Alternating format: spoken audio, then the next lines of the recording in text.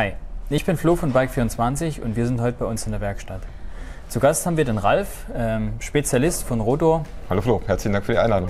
Sag mal Ralf, Rotor ist mir schon sehr lange ein Begriff. Ja. Für was steht die Firma denn eigentlich? Rotor beschäftigt sich seit vielen, vielen Jahren mit dem Thema Trittergonomie und das Kernprodukt von Rotor ist das, was man hier auch sehen kann, sind am Ende des Tages die ovalen Kettenblätter.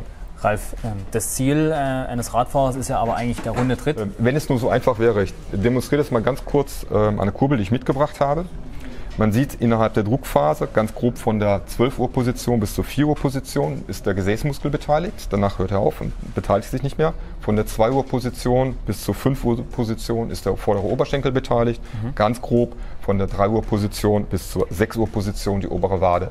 Wie man sieht, spielen alle Muskeln nicht zusammen. Sie überschneiden sich ganz grob in der 3 Uhr Position, sodass man sagen kann, wenn ich möglichst hier nur treten würde, kommt die meiste Kraft, die am Pedal anliegt, auch hinten im Vortrieb an. Okay. Ich bin also in der Geschwindigkeitsvarianz hier oben sehr schnell drüber und sehr lange in meiner Druckphase. Ovale Kettenblätter kenne ich noch von früher, hieß mal Biopace.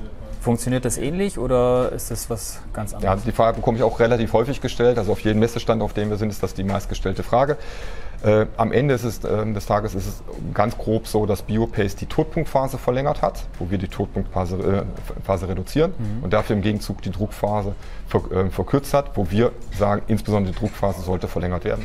Du hast ja hier als Beispiel eine Rennradkurbel mitgebracht. Ja. Ist natürlich auch die Frage, macht das auch Sinn im Mountainbike? Ja, da macht es sogar fast noch viel mehr Sinn, weil im Mountainbike, du bist selber Mountainbiker, weißt es ja auch, gibt es eher das Traktionsproblem, das heißt, ihr fahrt auf Gerölle oder auf matschigem Untergrund und da ist das Problem, dass das Hinterrad häufiger wegrutscht, weil die Traktion schlicht und ergreifend nicht da ist und das kommt vom hohen Drehmoment.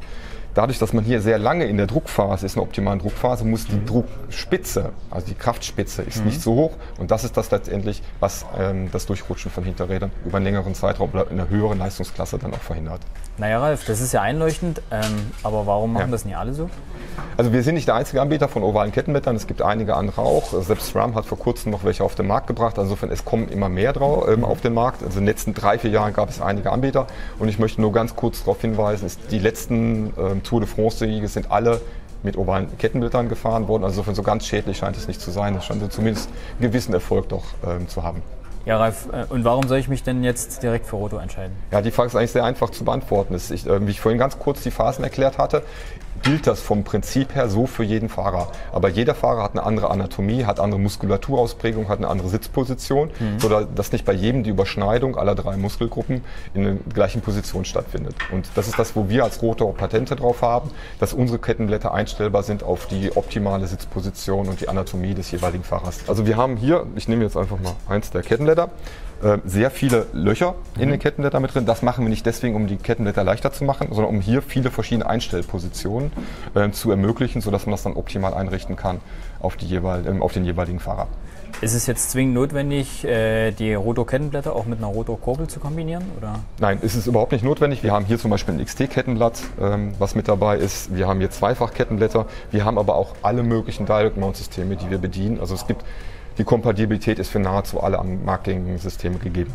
Ja, Ralf, vielen Dank, dass du hier warst, dass du uns so viel über die ovalen Kettenblätter erzählt hast und wo das Ganze herkommt.